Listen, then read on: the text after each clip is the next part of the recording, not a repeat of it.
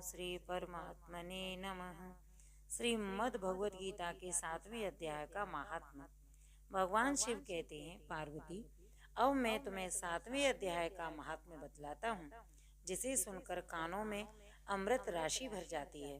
पाटलिपुत्र नामक एक दुर्गम नगर है, जिसका गोपुर बहुत ही ऊंचा है।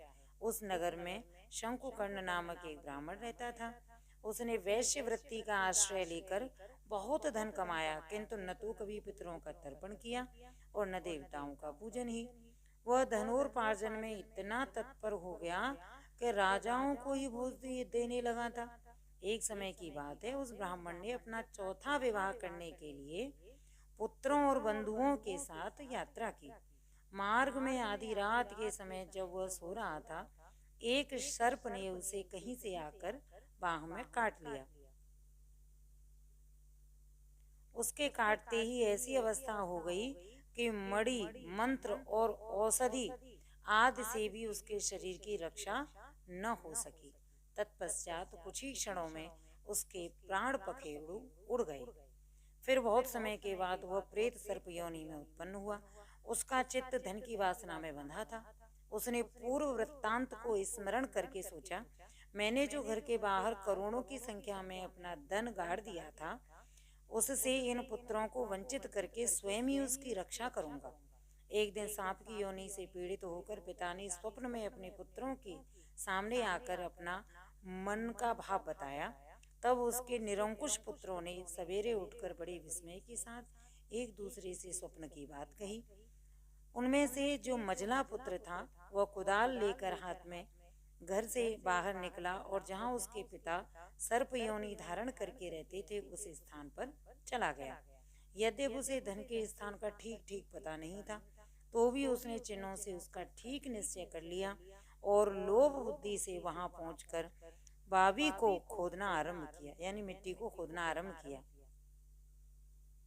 तब उस मिट्टी से बड़ा भयानक सांप प्रकट हुआ और बोला, ओ मूढ़, तू कौन है, किस लिए आया है, क्यों बिल खोद रहा है, अथवा किसने तुझे भेजा है, ये सारी बातें मेरे सामने बता।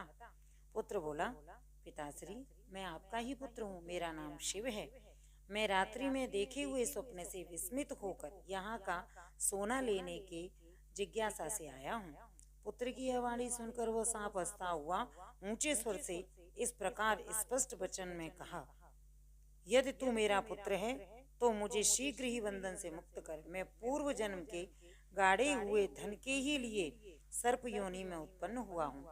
पुत्र ने पूछा, पिताजी, आपकी मुक्ति कैसे होगी, इसका उपाय मुझे बतलाइए, क्योंकि मैं इस रात में सब लोगों को छोड़कर आपके पास आया हूँ।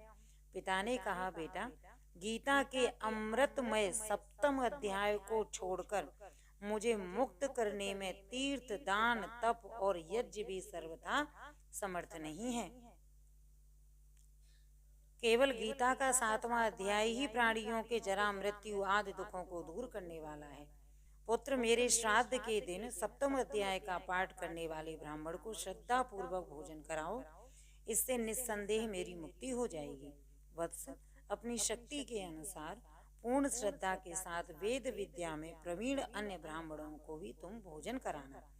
सर्प योनि में पड़े हुए पिता के ये वचन सुनकर सभी पुत्रों ने उसकी आज्ञा के अनुसार तथा उससे भी अधिक किया।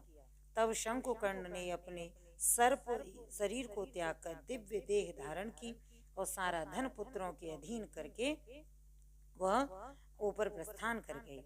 पिता ने करोड़ों की संख्या में जो धन बांट कर दिया था, उससे वे सदाचारी पुत्र बहुत प्रसन्न हुए। उनकी बुद्धि धर्म में लगी हुई थी, इसलिए उन्होंने बावली, कुआ, पोखरा, यज्ञ आदि देव मंदिर के लिए उस धन का उपयोग किया और अन्नशाला भी बनवाई। तत्पश्चात 7वें अध्याय का सदा जप करते हुए उन्होंने भी मोक्ष को प्राप्त किया। पार्वती, यह तुम्हें 7वें अध्याय का महात्मा बताया गया है, जिसके श्रवण मात्र से मानव सब पापों से मुक्त हो जाता है और मोक्ष को प्राप्त करता है। इति श्री परमात्मने नमः।